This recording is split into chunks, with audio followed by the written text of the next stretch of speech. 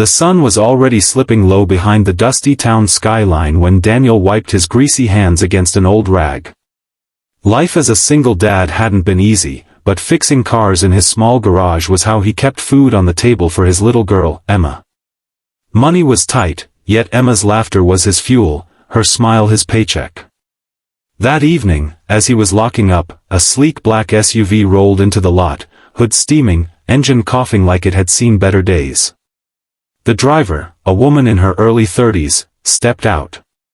She wore a sharp blazer, her heels clicking against the pavement, but her eyes, tired, almost desperate, told a different story.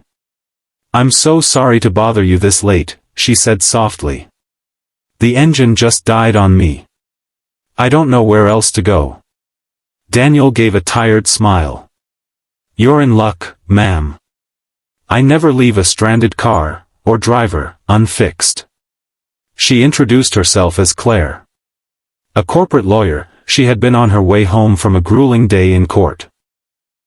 She looked like she could afford 10 mechanics, yet something about her vulnerability kept Daniel from quoting a price. Instead, he popped the hood and got to work. Emma, curious as ever, peeked into the back seat of the SUV. Her father called her his little detective. This time, she pressed her small hands against the glass, looking in. Then she gasped. A little girl sat buckled inside, maybe 6 or 7, clutching a worn teddy bear. She smiled shyly at Emma, and in that instant, something clicked. Emma tugged her dad's sleeve, leaning close to whisper, "Daddy, she's my mom. Please, marry her."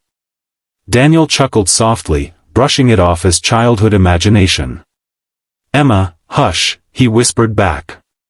But Emma's eyes stayed fixed on the woman, full of hope as if she knew something her father didn't. The repair took nearly an hour. Claire stood nearby, her hands folded, watching Daniel's quiet determination. He didn't ask for money, didn't boast, didn't complain. Just fixed the car as though it were the most important thing in the world. When he was done, he closed the hood and wiped his hands again. "She's good to go," he said. Claire reached for her purse. "What do I owe you?" Daniel shook his head. "Nothing. Just, get home safe. That's enough." She froze, stunned. In her world, kindness always came with a price tag. "You're not serious," she whispered. He smiled, almost embarrassed. "I've been where you are. Some nights I didn't know if I could make it home. Someone helped me once. I guess I'm just paying it forward." Her eyes softened, and for a moment, she forgot the courtroom battles, the endless deadlines. She saw a man who wasn't just fixing cars, he was mending lives. And then came the moment that changed everything. The back window of her SUV rolled down, and the little girl inside leaned forward. Her voice was barely a whisper, but clear enough for both adults to hear. "Mommy, he's the one. Please, marry him." The air grew still. Daniel blinked, caught off guard. Claire's face flushed with shock, then a nervous laugh. "Kids say the strangest things, don't they?" she murmured. But Emma, standing beside her dad, nodded vigorously. "No, Daddy. She's telling the truth. You fix cars, but maybe, you're supposed to fix hearts too." Tears welled in Claire's eyes. She hadn't told anyone, but since her divorce, she'd been raising her daughter alone, carrying the weight of the world on her shoulders.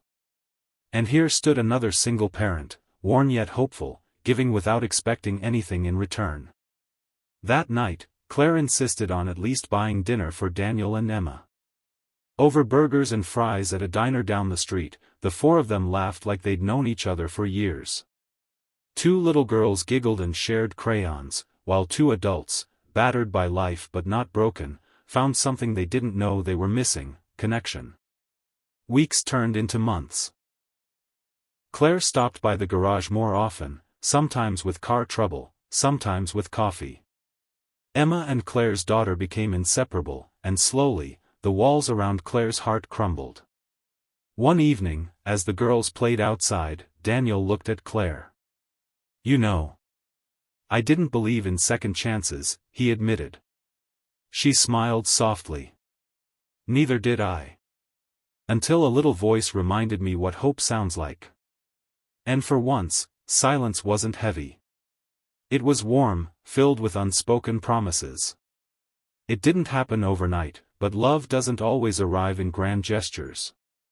Sometimes, it sneaks in with whispered prayers from the backseat of a broken-down car. Because sometimes, children see what adults are too afraid to believe: second chances, new families, and the power of kindness that costs nothing but changes everything. And so, Daniel and Claire learned what their daughters already knew. That broken things, cars, hearts, even lives, can be fixed, not with money, but with love.